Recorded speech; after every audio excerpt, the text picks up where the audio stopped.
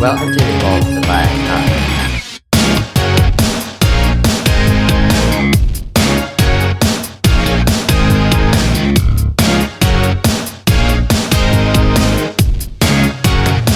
Collector's Archive.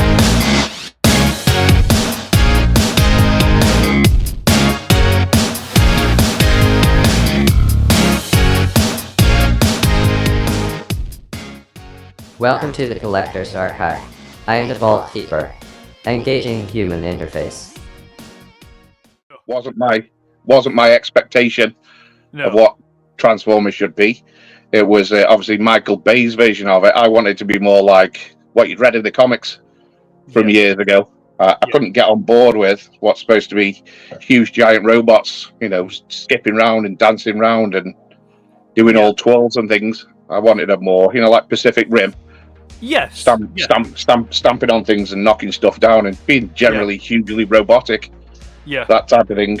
But it was Bay's vision of it. That's what he wanted to do. You have to kind of detach from it and take it as its own thing. Right. Good evening, Gaz. How are we doing, sir?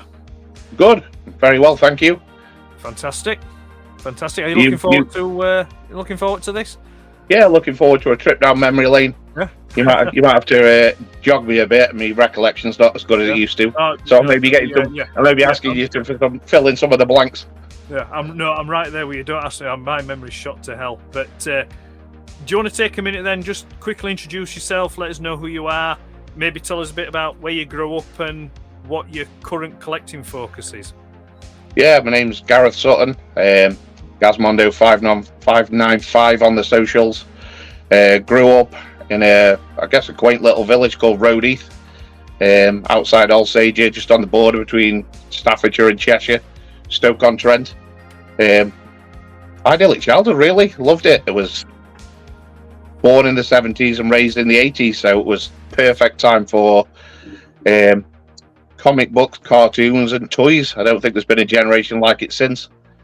And luckily was in the boom of all that. Fully immersed in it. Not just that, but I think music, movies as well. It was just a golden era. Yeah. And then grew up. I say grew up. I got older. I don't think I've ever grown up. I've always had an interest in stuff like that.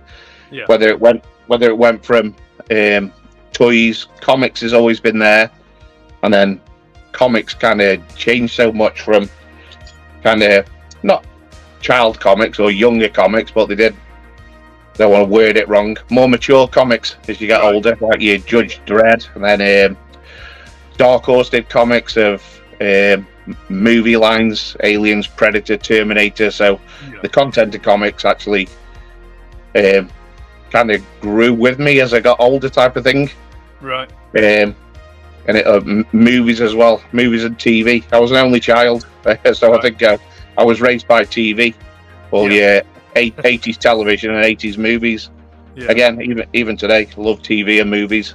Right, that sounds good stuff. So we'll pick up on that then, because next thing I'm going to go through and ask you then is this stuff that you're watching then, cartoons and comics, TV shows, movies, and I'm also going as well, because I've added this one in as well going forward, is music as well. So what are the things you're watching, reading, listening to, and do you have any particular favourites? Childhood? Yeah. So childhood was basically anything, cartoon wise, any cartoon that was on that I could watch. Yeah.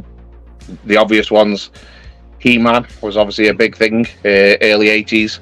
Transformers, as mentioned, I thought I'd seen every Transformers cartoon, but as it transpired, I'd only seen season 1.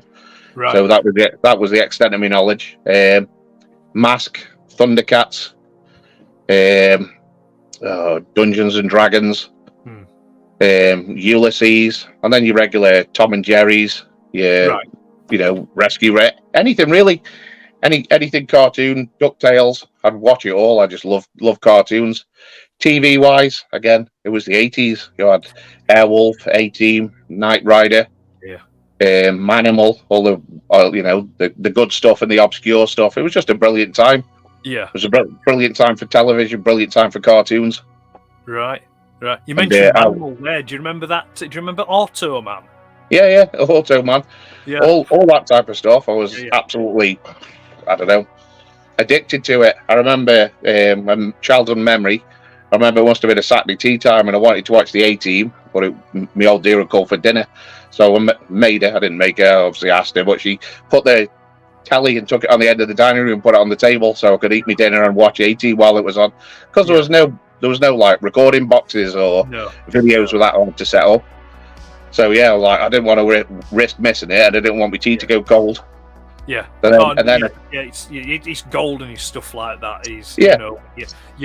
Stuff like that. When your parents did that, it was just awesome. You know, 'cause you just felt, you know, this is something special. I've got my dinner and telly's at end at table. Favorite program. You know, it's I don't think if you weren't there, people won't relate because they'll be like, "What?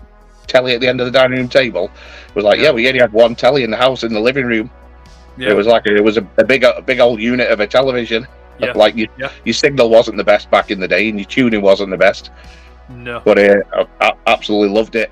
And then I don't know what time I got a little 14-inch portable in my bedroom. Yeah. And I remember one of my distinct memories was a sci-fi TV series V. I remember sneaking it on late at night and watching it, and the science fiction aspect of it all. You know, because they look like the alien visitors look like humans, and then when there's a revelation, like a bit of skin gets scratched off, and there's a lizard, or they're eating the gerbils or the small animals. I remember, like, my young mind was like the sci-fi element of it, just being blown away by it. Yeah. I remember when that came out, my mum let me, because it came out, I think it was 83 during the summer holidays. Yeah. And my mum let me stay up to watch that. The V, so I got to start like lay down on rug in front of telly downstairs, watch that, and then like it was straight up to bed because I think they put it on. I think it would after 10 o'clock news on ITV. Yeah, I remember it being around the 10 time. Yeah, I watched like movie wise, you know, all the big movies of the decade. Your Aliens, your Terminator, your Predator, RoboCop, even the horror stuff like your Nightmare on Elm Streets. It sounds like bad parenting, like letting like a youngish child watch all these things, but I touch wood, I don't think it's done me any harm watching them all years ago. Yeah, definitely. So how about comics then? What comics did you read? Comics started, obviously, as I mentioned earlier, born in the 70s, so born into Star Wars. Star Wars is the first thing I knew that I obsessed over. So it was Star Wars comic. It wouldn't have been the Star Wars one, that would have been they called it Return of the Jedi, because they did Star Wars, Empire, and Jedi comics. So picked up some of the earliest ones that I remember, Return of the Jedi comics. And then it's got to be, I get a bit confused on the timeline here, so you might have to help me out. Transformers came about. I jumped on mid-20s with Transformers, and then got the collected issues. Yeah. And then was absolutely obsessed with it. The characters, the story, well, everything about Transformers. It got me hooked. To this day, I still love Transformers. Right. Somewhere in the background, Zoids came about, and again, they didn't transform, but they were giant mechanical dinosaurs, and the story in the comics was, I don't know, on a par with any big science fiction movie. There was a human ship that crashed on a planet, Zoid Star. Human survivors didn't know what was going on. Then they found these mechanical creatures that were controlled by, I don't know, like the little silver and the little gold men. And then there was a character in it called Silverman. You know, I'm guessing they blatantly ripped off Alien and Aliens with him, because he was a cyborg. He was an android in it. Right. And I remember just being sucked in by the story of this, like the Zoids world and everything they created. And then I guess the civil war between the Zoids. You got the blue Zoids and the red Zoids, and the like, I think he was Mammoth the Blue, one of the top blue Zoids. And he turned and he went to the other side. And I remember them like respraying him. He came out as one of the bad guys. Right. I remember just reading it and just being absolutely blown away by it. But I think one of the things that probably did me brainwashing back then, it was bundled. It was Zoids and Spider-Man. Right. So I wouldn't say I was interested in Spider-Man per se, because I bought it for Zoids, but I also scoured and I read every page. So it started me off with a I guess a lifelong fan of Spider-Man, because I read all the stories around that time in the 80s. They did when the Black Suit appeared, Secret Wars. I think Green Goblin had died and Hobgoblin had stolen their suit and all the tech for it. And just getting a real grounding in the Spider-Man universe as well. Transformers was one for that, because they always had such varied backup strips. Yeah. So I remember some of the earliest ones reading Machine Man. And then I'm sure they did a short run with Iron Man versus the Sinister Six in the back of Transformers. Yeah, and then was it Iron Man 2030 or something like that, was it? Yeah, I think they did that one as well. What before we move onto that bit, what are the toys and the games and stuff that you're playing with as a kid then, and what's your standout favourites amongst them? Toys, again, you'll have to help with the timeline because it gets a bit fuzzy. So started off with Star Wars. Right. Your regular Star Wars toys, X-Wing fighter. Towards the back end, Ewoks was a huge thing. So I had a little Ewok village and a little catapult and the glider and everything. Right. Loved all that, and then it kind of pitted out, didn't it? The movies finished. The cartoons tried to pick it up, which I loved, but it didn't have the same kind of appeal. And then 84, Transformers came on the scene. Right. And as soon as I saw them, I was blown away. Yeah. Was literally like, not just the intricacy that went into them, because they look like Lamborghini cars or a cassette player or a F-15 jet, but the way they transformed into robots and then fill in the backstory with them as well was like, it's a jet and it's a robot, or it's a car and it's a robot. Yeah. I think it was like 2 for 1 as a child. You got like a toy car and you got a robot. Well, I think the first time I ever saw them, after school, I used to stop with some friends at the bottom of the close, and their mum wanted to go somewhere and took us, Danny and Paul Davenport, the 2 brothers, and me, got dragged along. Can't remember whether it was CNA or BHS. Right. But we got dragged in and we found the toys in the store, and I remember the 3 of us just stood there looking at all the Transformers. Right. Never seen them before, never heard of them, and that was the first thing, seeing them on the shelves and being like, wow, these are amazing. So I went home, I guess, tried not to sound like a spoilt little brat, but I just harassed my mother. I got home and I was like, I didn't even know what it was, but I'd seen like a yellow car, and I went home and harassed my mother. I was like, I want this yellow car, I want this yellow car, I want this yellow car. She gave in to the peer pressure. She says, go to school today. When you come home from school, there'll be a present waiting for you. I was like, oh, absolutely amazing. Yellow car, mint. Went to school, came back. There was a bag with something in it, a carrier bag. Ran in, got it open, ripped it out, and it was a black strike jet, Skywarp. Right. I literally was like, I don't want to sound like ungrateful, but in my head, I was like, I wanted a yellow car, and I've got a black jet. And don't get me wrong, that was my first ever Transformer. Right. And I love Skywarp. I love the toy. I was dead grateful for it. Yeah. But it's one of those, you know, when you want a yellow car as a kid, yeah. You get a black jet. Yeah. It was one of those that, I don't know, I think I felt emotionally wounded for it for the rest of my life. So you got the Transformer. I mean, were there any other toys that? Oh yeah. Or was it primarily Transformers? No, somehow I totally missed out on He-Man. I watched the cartoon every day. Yeah. I loved it. My friends had the He-Man toys, but I never had a single He-Man figure. So I went from Star Wars to Transformers. Yeah. Somewhere in the background, all the time from early 80s right the way through to the late 80s was Lego. Yeah. Lego Space, more specifically. Right. So again, science fiction, the Lego space thing, the Lego spaceships. I thought it was absolutely amazing. So that kind of kept in the background all the way through, because I remember as they went from the what I call the original Lego men. Then you got the ones with the little visors. Yeah. And my young mind was like, what trickery is this? A little visor on it. I thought it was absolutely crazy. I think they called them the Blacktons. Right. And the little faction in them all. So that was always there, running in the background. I kept dropping in and getting out, getting bits of Lego. Transformers, I think somewhere, I'm guessing, 86. I had a 86, 87. I had a bit of a foray into a toy franchise called Mask. Right. Yeah. Again, it goes back to like the transforming thing. There were cars and vehicles that transformed into something else, like an attack vehicle or a car to a plane or a helicopter to a plane or whatever it was. Mask was another one, and then ended up Action Force, the Hasbro Action Force. Ended up with them maybe 87, 88, 89. And then 89 was like, I guess it was death of my childhood.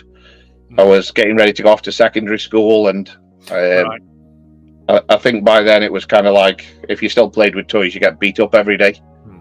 So toys officially died then and took a backseat. The Collector's Art Hack will return after these messages. You can imagine the prehistoric past and the distant future coming together in one creation. Zoids.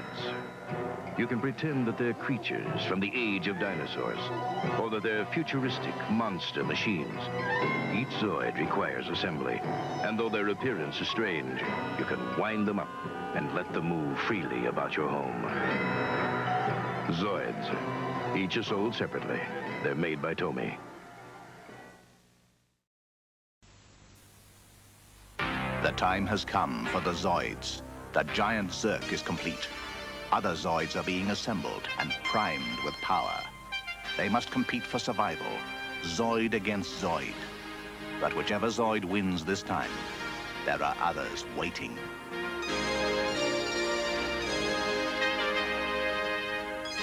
Zoids. Monster machines with the power to move. Only from Tomy. War of the Zoids. Throughout the universe, newly created mutant Zoids are swelling the ranks of the Red Zoid armies. Cruel and fearless, they will challenge the Blue Zoids in heroic combat. This is Total War, the War of the Zoids. Monster machines with the power to move, only from Tomy. We now return to the Collector's Art Hack. So what was the, can you remember if there was a particular figure or thing that drew you back in then? Or one of the first ones you picked up when you did start getting back into collecting? It's a weird one. So even though it stopped toys and stopped playing with toys, back into the 90s, internet came about. I was working, I bought a PC, and was like, oh, fantastic! I've got I don't know, whatever it was, a 486. I thought, this is amazing. I was like, right, what can I do? Plugged it in, plugged the speakers in, plugged the monitor in, and then I was like, doesn't really do very much. And then somehow I was just like clicking around. It was like AOL, like clicked on it, and the kind of early internet opened up. Anyway, cut a long story short, eBay got me. Yeah. Back in the days, eBay was bargain city. There was like an online car boot sale, people selling stuff. So I ended up buying up loads of toys and toy collections at the back end of the 90s for no money at all, from in this country and in America. So Transformers wise, I remember having 2 huge shipping boxes full of Transformers sent from somewhere in America with somebody's collection that I bought. Yeah. With loads of stuff that I'd never had, and loads of stuff that was like, I guess, grail items that I'd heard of, but I didn't even know you could get. I'd never seen them in this country. With like Devastator and the Constructicons. Yeah. Predacons, when they turned up, I'd actually saw them in the flesh. Was like, oh, this is insane. Shockwave, Swoop, Dinobots, they all turned up in the collection. Yeah. So that, with what I've got from my childhood, give me a pretty huge G1 collection. Same with Mask. I bought a load of stuff, good condition, and a load boxed and complete This is like 25, 26 years ago. Right. People, I don't think there was any value to them then, and they certainly hadn't got that nostalgic thing. The people just No. wanted rid of them. So those things then that you're buying in, or that you did buy in, are you still? Is that still what shapes you're collecting now? You know, or should I say, what does shape your collecting now? You know, what's your motivations behind it, and do you have any goals to your collecting? Goals. I don't know. Could you have goals with hoarding or obsessive compulsive? I like random stuff, you know, from telly or movies. Certain things come out.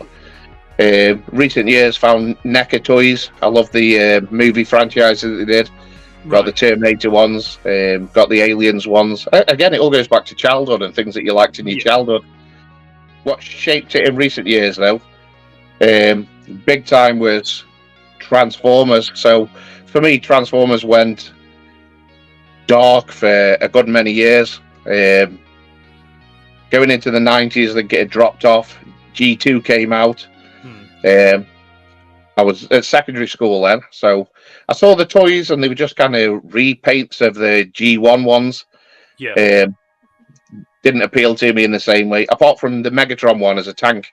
I thought it was absolutely ingenious. I thought, why they couldn't do him as a tank instead of a pistol?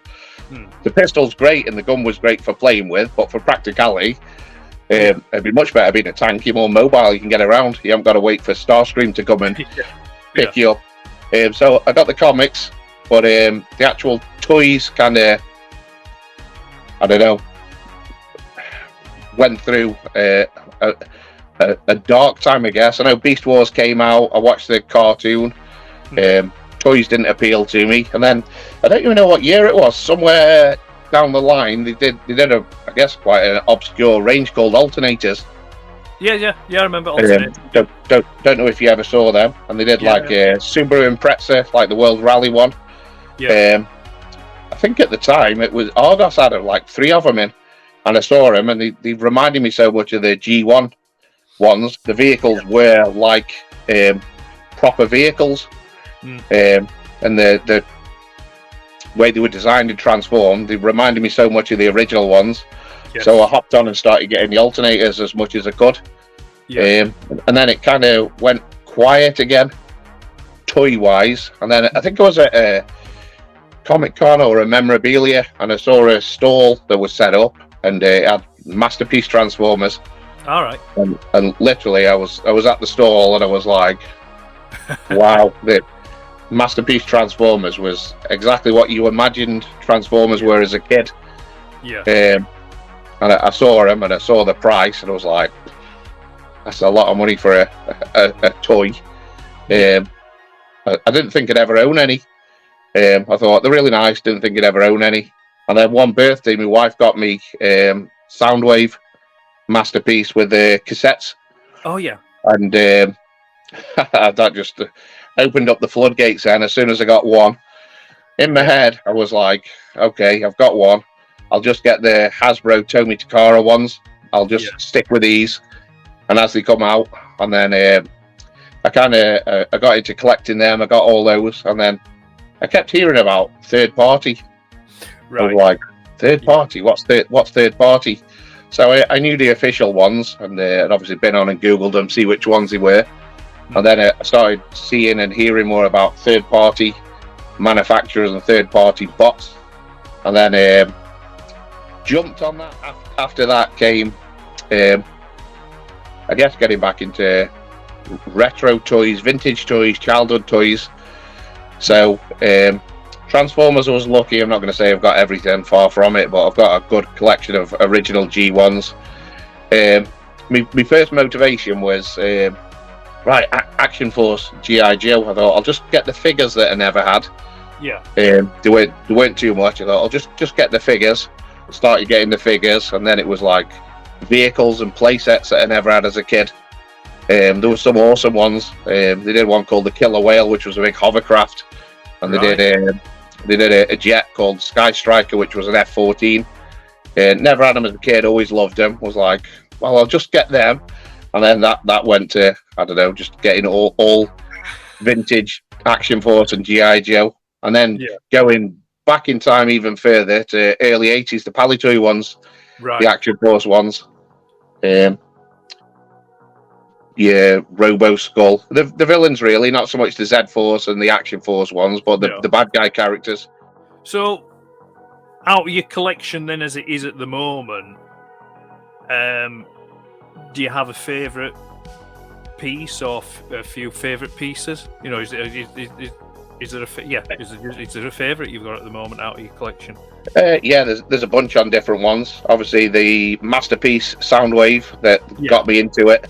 I know they've done newer versions of Soundwave, the Robot Paradise and the what's it one, but I've still got a soft spot in my heart for the original one that I got a few years ago that got me back into it. I love that one.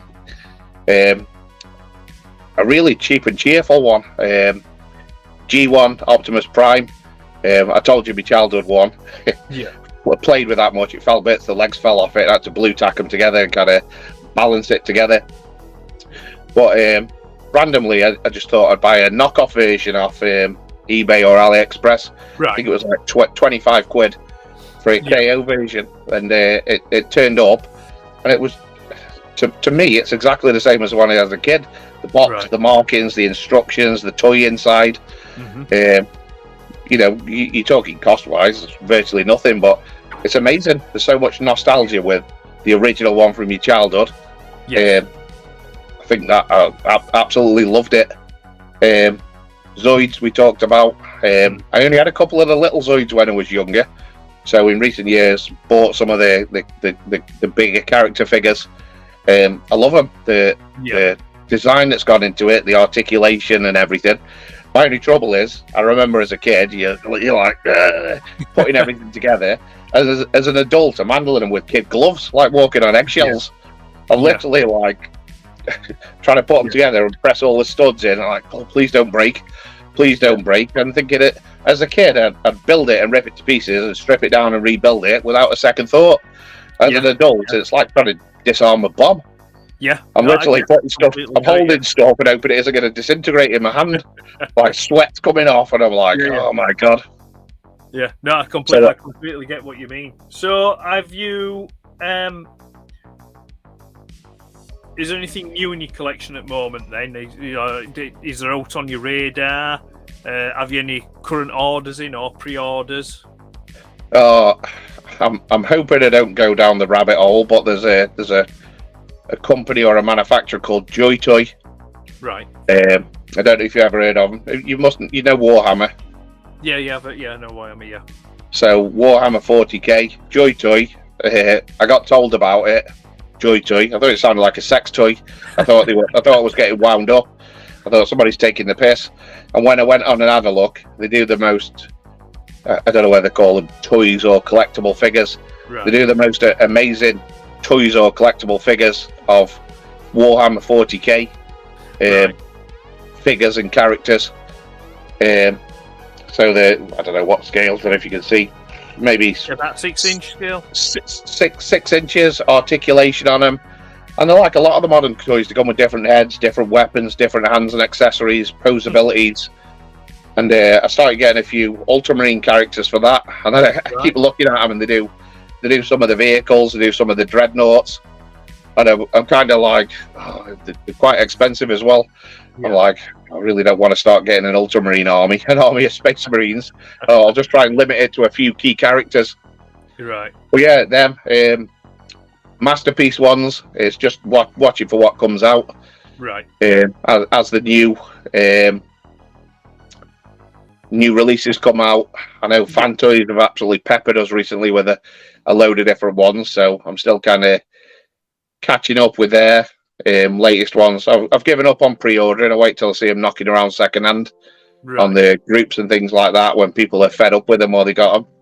So I think most recently I got Jazz, Mirage and Cliff Jumper over the past couple of months. Yeah. I know they've just done, I don't think I'll get it. Cost the Jetfire, the Toby Takara Jetfire. Oh yeah. I've got the Fanstoys ones. unless I find it at the right price. Again, I can't justify the mega money that these things have gone to. No, I mean, the Fans Toys one wasn't cheap, but just speaking for me personally, if I had the choice now of whether to get Phoenix or Jetfire, I would get Phoenix again. And things like that. Yeah. Just 1 second, let me switch the light on. I'm going into darkness. Yeah, no worries.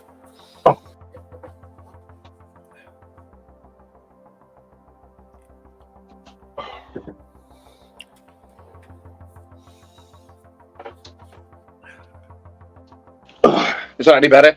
Yeah, it's cool. Yeah. So so the next, right? We'll move on to the next question. Yeah. I'll just, before I ask you, I'll put a bit of a caveat. You know, I hope this doesn't happen. I say this every time, but it's more. Well, I'll explain why. I'll ask you the question, and I'll explain why afterwards. Right. Okay. So, do you have what I'm calling it? Do you have a rescue item? As in, your house is on fire. You can run back in and rescue one piece. What is it you're going to rescue? I best get the dogs and the bird out first if I'm going back in.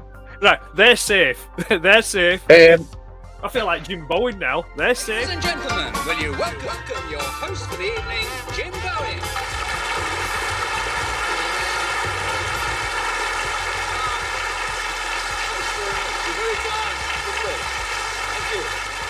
Welcome to Bullseye. It's a game about the nation's most popular indoor sport. It's a game about general knowledge and about the skill of dart playing. And it's a game which involves the winning of cash and some super prizes. Let's get on with it and let's introduce the first couple tonight who want to play with us in Bullseye. Safe, your money's safe, you've got your ball, you've ended bully, you've got your tankard. No. So yeah, everything's safe. I'm talking about your collection, you know, so your house is on fire, you've got time to go back in and get and rescue something. You know, what's that gonna be? No idea. Mine's a lot like yours. Mine's a lot in boxes in the loft. Yeah. And packed up. If my house burnt down and everything, I'd probably be devastated. I don't think I'd be able to carry on because it's like a lifetime of collecting and getting things. It's not just the collecting and getting things; it's the memories that you make along the way that go with it from childhood. I don't know. There's so much, as well as toys. I guess in the late '90s, I started collecting statues and busts of comic book characters and all kinds of things. I guess I really like those. I guess when people come around your house and look at stuff, it's like this guy's never grown up. But just looking around, I got a bunch of different things. But when Transformers went dead, went through different phases. In the late '90s, a company called Hard Hero did a load of busts and statues. Yeah. So as soon as they came out, I had them on pre-order, and I got every bust and statue. And then somewhere, I think the company went bump, and they stopped doing them. And it's like, I'm absolutely gutted. I was like, because they started doing like the key characters for it. I was like, I'm never going to get the other characters that I wanted now. But I don't know. I'm just looking around now, thinking maybe some of the statues I've got to try and get out. Right. Toys wise, a lot of them are in crates. I've been trying to drag crates out, packing crates full of stuff. So we'll move on past that then, and I'm going to ask you then about. So this isn't particular toy related, or it could be. It depends where it goes, but it's about. Like your other interests, so other things that interest you and you pursue, maybe not out of toy collecting or things like that, but other focuses, things that you may collect or just that you've got a real good interest in. Yeah. Movies and telly, I guess, from a young age, from growing up. Right. Cartoons, 80s TV. Yeah. 90s serialized TV. I loved it at the time. It's a bit cheesy now because there was a distinct gap between telly productions and movie productions. Yeah. But luckily, in recent years, the past couple of decades, streaming and box sets The production that's gone into TV series now rivals big screen movies, and what they can do at home on a box set production, it's absolutely insane. So going back to that, a lot of movie related stuff, movie memorabilia, TV stuff. Yeah. Aside from like the nerdy stuff, I like training. I go to the gym. Right. Music, concerts. Yeah. And recently trying to learn how to ride a motorbike again. Right. Of what's become a born again biker. So 25 years ago, I had motorbikes, rode all the time. Then you grow up a bit, you meet women, you get settled down, and that kind of all fell by the wayside for a while. Yeah. And then last year, I thought I'm going to try get back into this. Right. I emphasise the try. I can ride. It's just this skill and finesse of riding. I can go all right in a straight line. I'm just not very good at going around corners yet. Right. So yeah, trying to learn how to ride again. Yeah. Yeah. I mean, if I could find one in good enough condition and I had the money, I'd love a Sinclair C5. Yeah. That's certainly got some retro appeal. So what does that fall under? Bike license? I don't think it'd even fall under that, because I remember when they came out, you didn't need no license or anything for them to right, okay. You know, would you feel safe? Would you feel safe going on the road on it? Probably not now with idiots that's on road now. Oh, good stuff. Right, well, guys, we're at that point now where we're wrapping up, so it's just now, just to remind people who you are and where they can find you on Instagram if they want to go and check out the stuff that you post. So off you go. Yep, GazMondo595. You'll find me on Instagram. Anybody like-minded individuals, toys, nostalgia, games, movies.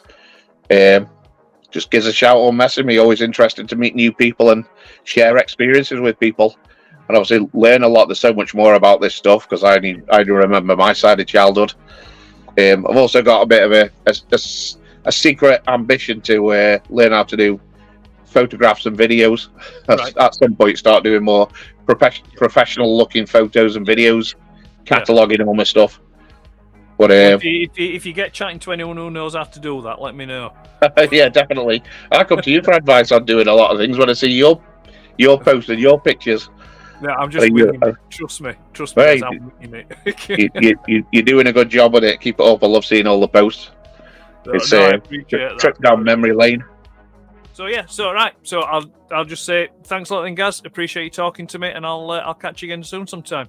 No, thanks for having me. It's been a pleasure tonight. And see you All right. online. Cheers. See ya. Human interface disengaged. Thank you for accessing system error. System error. Identify. Access denied. Accessing shutdown program. Interface disengaged. Oh no. Spectral Horse ZX.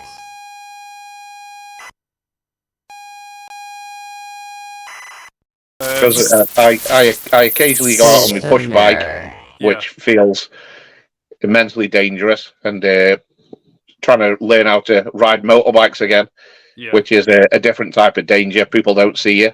And a Sinclair C5, I can imagine. Yeah. Nobody's going to see you on that.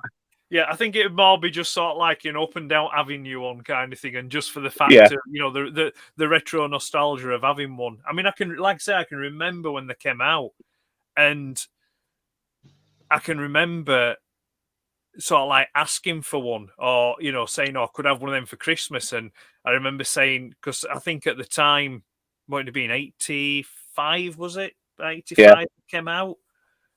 I used to get a bit of pocket money, and I'd say, "Oh, look, I'll give you my pocket money." But I think they were £300 when they came out, and £300 in '85 were a lot of money. Oh yeah, it just wasn't that age. I couldn't even comprehend money. Yeah, I was obviously living off mum and dad and their benevolence. Yeah, but I did get the opportunity, probably about. Yeah, it's probably about 20 years ago now, maybe a bit more. I started working for Habitat. And I worked as a stockroom manager for them, and the building that they were in, the guy that owned it owned a motor museum, Yeah. and he had one there in the motor museum. And I did manage to finally get in one and have a go in this lot. And Yeah. Did it live up to the expectation? At that point, 20 years ago, no, it didn't really. But Yeah. I think if I were to get older one now, I think it'd be Nirvana if I got older one now. The coolest thing. Yeah. That's the thing that I found with speaking to other collectors is that, you know, you have your main collecting focus, but then there's all this peripheral stuff going off around the site to it. So I consider myself a Transformers collector. I was a Transformers collector, but my collection's now complete. So I just buy now to replace or upgrade. Yeah. But like I say, primarily, I would say if I were to categorize it, then yes, I'm a Transformers fan and collector. But there's also stuff that runs alongside with that. You know, I do pick up bits of Lego.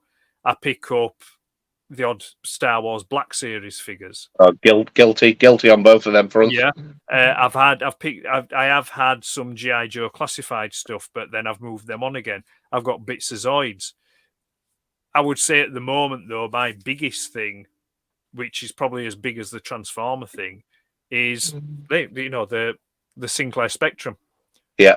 You know, I'm a sucker for that, and I've really lent heavy into that, you know, over the past few years. So, you know, I've found that it's not just there's very few people that are just laser focused on one particular thing. There seems to be a lot of other things going off around the side of it as well. Yeah, the video games one.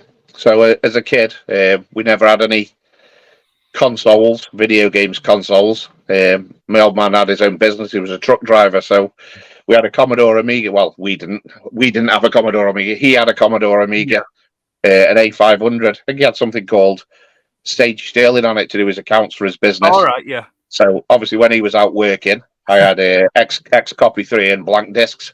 Yeah. And I remember going to computer club at the YMCA and just rocking up there and swapping games and X copying them, and obviously you got disc boxes full of probably shouldn't say illegally copied games. Yeah. As a kid, whenever he was out working, I'd be on the Amiga, little zip stick joystick playing all the games. Absolutely loved it. And then I started working at 15, while I was still at school. I had a part-time job at weekends. Yeah. And as soon as I started getting money in my pocket, I was like, "Oh, this was the Mega Drive, Super Nintendo time. They'd just come out, and then I got like a pocket full of money. I think I paid £100 for a Super NES with Street Fighter 2 and one extra pad, and that just started I guess an obsession with video games consoles. Every one that came out after that, I'd have to buy the consoles, and I'm one of those really sad people. To this day, I still buy them, and I buy games and I put them on the shelf, and I give it those. Oh, when I get time, I'll come back and I'll play that, and then I end up getting a shelf full of games, and a new console comes out, and I haven't played them, but I'm like, oh. Yeah, I did that recently. I bought the remake of Resident Evil 4. Yeah, just talking about that with somebody at work recently. Yeah, so massive Resident Evil fan. Yeah, it's on the shelf still in the cellophane because I'm still. I'd say about twice a year, I'll get my GameCube out and I'll play Res 4 on the GameCube. Resident Evil 4 is still in my GameCube. It's plugged into the telly in the bedroom, and Resident Evil 4 is still a game that's in it. Yeah. But that Super NES to like your PlayStation, your N64 was like a quantum leap in advancement. It went from 2D to like 3D. Was groundbreaking, and at the time we'd never seen anything like it. And to experience that, now you go from your PlayStation 3 to your 4 and your 4 to your 5. Graphics get better, but it's not that. Not that quantum shift. It's not that leap forward in them. Yeah, I know. Yeah, I was talking with some friends today. We were discussing that about how consoles now the changes between them don't seem to be that different, you know. But when you say about copying the games, I mean, I grew up, like I said, with the Spectrum, the ZX81, Yeah. those things, the Acorn Electron, BBC Micro. On the street where I grew up, all the kids, you know, there was a few of us at Spectrums, other had Acorn Electron, one had an Oric Atmos, one had a BBC, but us that had the Spectrum, we'd do this thing where if one of us bought a new game, we'd play it, and then when we played it, we'd lend it to his mates, and then his mates, you know, they'd copy it, and then they'd give you it back, and then when they bought a new game, they'd play it, then they'd lend it to you, and then you'd copy it. I mean, I can still see myself now in dining room where my dad used to have this like tower hi-fi thing. Yeah, separate system. Pressing play and pressing record because they're on cassette, and I would copy in the game, you know, games and stuff. Yeah, that's where you learn what that little tab was for and how to sellotape over it. Yes, on the top of your cassette. Yeah, definitely, yeah. So, you know, going down to Boots and Smiths and getting a C15 tape and that, you know, for me games and stuff. So yeah, I mean, I'm still big on the old retro gaming and stuff. Yeah, I do play modern stuff. I've got an Xbox One. I bought my son's PS4 off him when he got a PS5. But I tend to mainly play GTA Online. Yeah. On the Xbox One, I do enjoy that. That's my game that I go to blow off a bit of steam. But I do. I mean, you can't really see. You can probably just see it, but I've got my Spectrum Plus 2 here. So because I work from home, I'm in my office now, and so if I just want a 5-minute break, I just put the Spectrum on, have a quick go on Manic Miner, and then I'm back into it again. Then, you know. No, I do the same. You've got all these modern consoles and modern games. It seems to be every time I switch one of my modern consoles on, install software update or install this. But I got into retro gaming, just buying those. What's the things with all the emulators on? So yeah. A few years ago, they did the Super NES Mini Classic, which was like a tiny little version with I think it had 22 games in.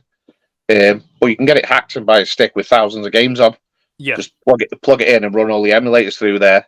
Everything from NES, Master System, arcade games. The emulators are getting that good now. They're starting emulating PlayStation 2, Dreamcast, and GameCube games on there that you can get. I just think it's absolutely amazing because when you were younger, you were obviously limited by money, weren't you? What you could buy game-wise. Yeah. Especially like cartridge era. You buy a cartridge with the whole game on. Now it's, I don't know, a tiny amount of space on a stick. Yeah. The game. And it's just a convenient thing. Yeah, this gives you some idea. I've got, let me just, where is it? Oh, it's here. Right. So on my Spectrum, I have this interface on back of my Spectrum. It's called Smart Card. And it takes a micro SD card. You probably can't see it, but it's there, yeah. Micro SD card. That's, what is it? I haven't got my readers on. That's a 2 gig micro SD card, is that?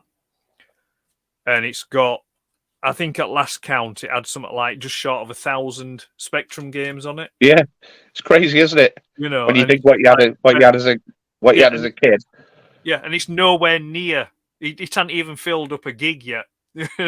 So it doesn't compute with what you remember from your childhood, does it? No, I can get so many packed onto such a tiny little device.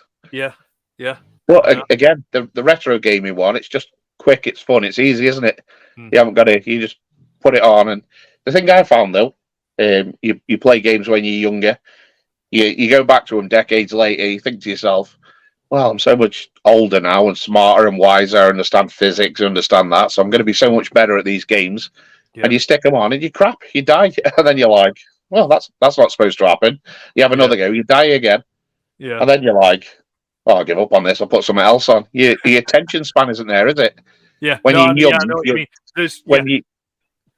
You're young, you'll play it thousands and thousands of times just to learn the timing and everything that you need to do it. You do about 4 times as an adult. If you don't get that dopamine release and that gratification. You're like, oh, this is rubbish, and you go on to something else. Yeah. Oh, there's still games on the Spectrum I still can't complete. You know, and I'll go into them, I'll try and have a go, and it's just like, no, I'm still no better at this than what I used to be. I'll give you a couple. Do you remember a game called Dragon's Lair? Yes. That I could never get past on the arcade or at home. I could never get past the first bit, and you maybe only had 2 things that you had to do: move left twice to get through the stage. You just had to time it perfectly to do it. Could never get past it. And then there's I don't know what it's called, Ghosts and Ghouls or Ghosts and Goblins. Yeah, you play a little guy in a suit of armor, and you go bodding along. You get hit once, your armor falls off. You get hit twice, you die. I never got past the first level. Right. So whenever it came out, I never got past the first level. 2023, I've still never got past the first level. And I'm literally like, I must just be jinxed with this game. He doesn't like me. Because I try and do it slow and learn it all. Then the time runs out, or you try and rush through and you just get killed. Right. And I'm literally like, this game's going to be my nemesis for the rest of my life. I need a cheat code for invincibility. Yeah. That's the only way I'm going to do it.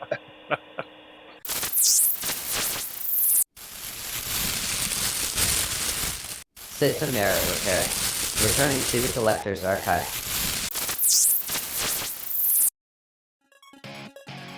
Human interface disengaged. Thank you for accessing the collector's archive. To enable return access, please select the like, subscribe, and notification icons. Transmission terminated. Goodbye.